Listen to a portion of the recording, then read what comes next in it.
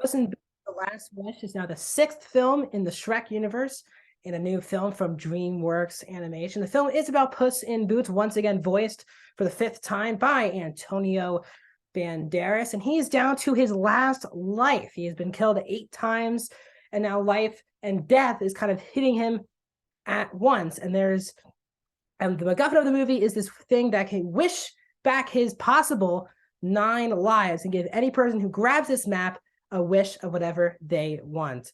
Along the trail, his former love interest from the first Puss in Boots movie, Kitty Softpaws, played by Salma Hayek, is also one of the bounty hunters after this map, as well as someone who Puss meets along the way, Perito, played by Harvey Guillen. There's also a new kind of Disney characters added into the mix with Goldilocks and the Three Bears. Goldilocks voiced by Florence Pugh.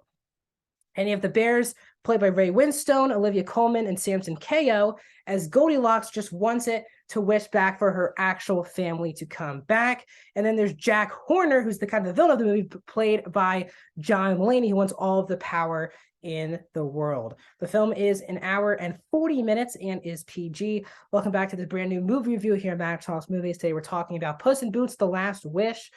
But if you're new to the channel, please subscribe, ring the bell. I do movie reviews, TV show reviews, movie rankings, and a box office breakdown show every single week. So please subscribe and ring the bell if you're new to the channel. Comment down below, first of all, if you have seen Puss in Boots: The Last Wish. Do you agree with me? Not agree with me?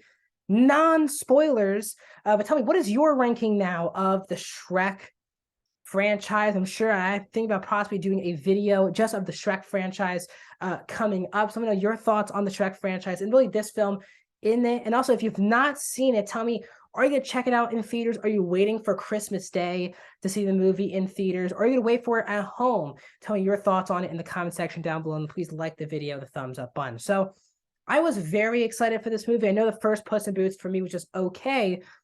And we just really haven't had a great film in this franchise all the way back now for 18 years since Shrek 2.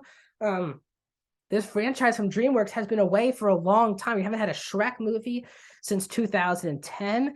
And the first Puss in Boots film came out in 2011. So really 11 years since the last film in this franchise.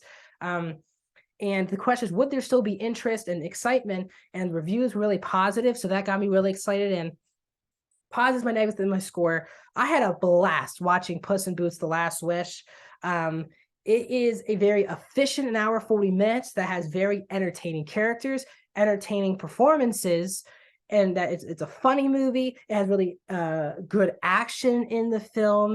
And it has great messages for kids. We're going to watch this together. I think this film is actually great for the family. I think a lot of kids' movies that come out these days is kind of mostly just for kids. I kind of grew up at a time where all those Pixar and early DreamWorks films like Shrek, like Madagascar, like Kung Fu Panda, where the families can enjoy themselves. The adults aren't bored watching the film, and kids get something out of it for life. And again, I have a lot of nostalgia for those first two Shrek films. Again, I grew up with them.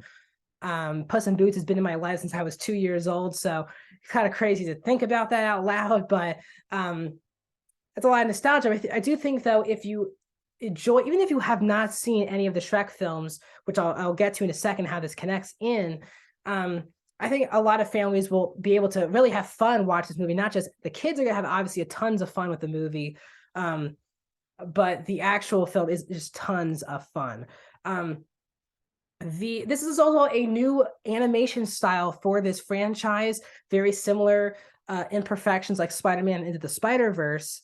Not in the way that it feels like a comic book, but if you watch the movie, you know what I'm talking about. I think this animation style being added into the franchise is a huge boost for this movie. I do think that of the realistic, the way the Shrek movies felt and looked, again, haven't really held up all the way. They have great nostalgia too, and I think those films still look good. But this was a great refresher to the franchise, especially for an action film. I don't think they can maybe do this if they do another Shrek film. But in this Puss in Boots franchise, this type of animation style made it really hyper. They made it more intense and more exciting, made the action scenes just thrilling to watch. And it made you really engage within these action scenes. And to give credit to directors Joel Crawford and Manuel Mercado, They also did a fantastic job directing these action scenes, which makes the film just tons and tons of fun. Another great part is that the voice acting is so good. Again, as I think I said this even as a kid, Antonio Banderas this is one of the best voice castings of all time for an animated film. He is perfectly cast as Puss in Boots.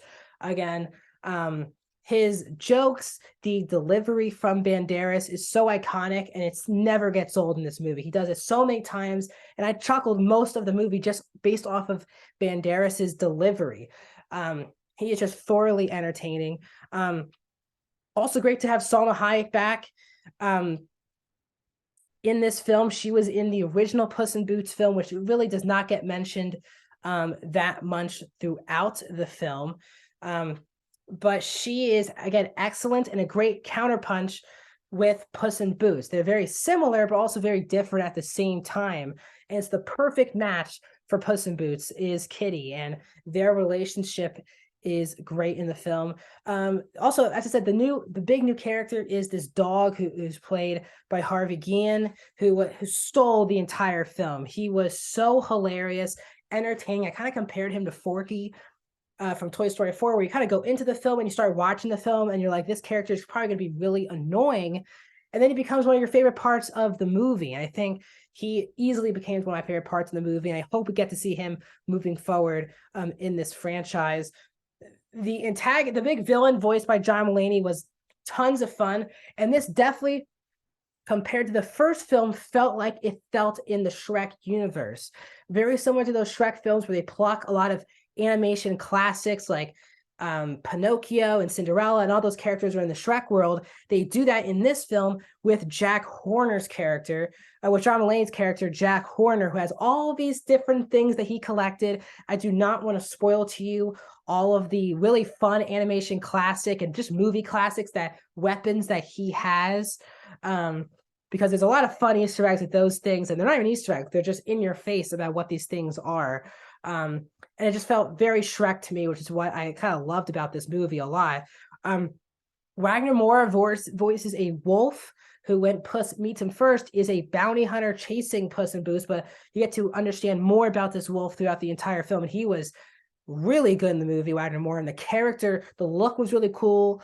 The sounds the wolf makes, you'll understand what I'm talking about when you watch the movie. Also really good. And then I also loved the Goldilocks and the Three Bears storyline. In characters, I think Florence Pugh, her first animated role, she does a great job. She's British in the movie, and she was fantastic. I thought that was the most emotional and the best message, I think, in the entire film is with the Goldilocks and the Three Bears.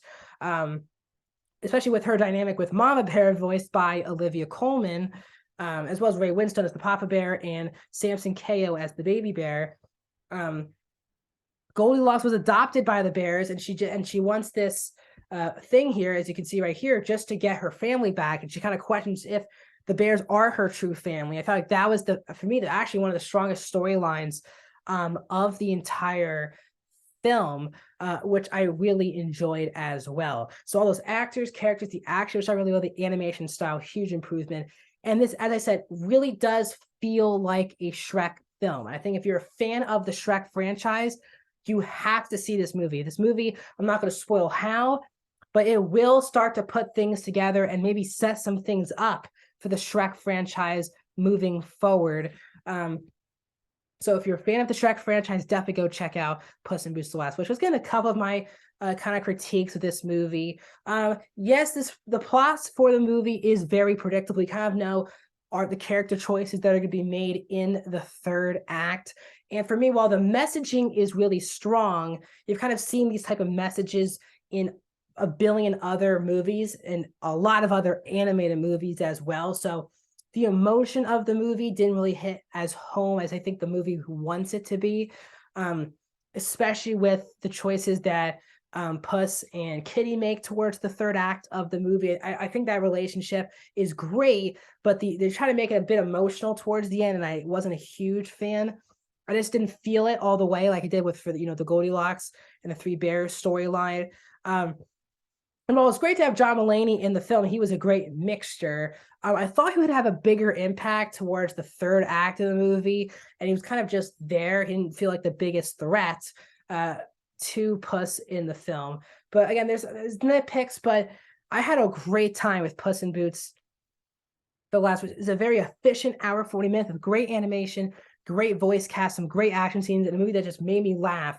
And I think this is the best Shrek film since Shrek 2, all the way back in 2004, without a question, and a great return to form for one of the most successful franchises of all time for animation. So I'm going to give Puss in Boots: The Last Wish a 4 out of 5 stars. I'm going to go 82%.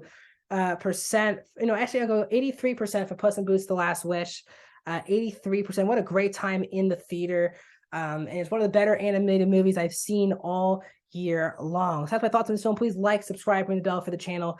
More videos are coming, and I'll see you guys soon. If you want to also see my other DreamWorks animated video, you can click that link. Want to see my other movie reviews, click on the link, and then I also have a review of the movie earlier this year from DreamWorks, The Bad Guys. I'll see you guys soon.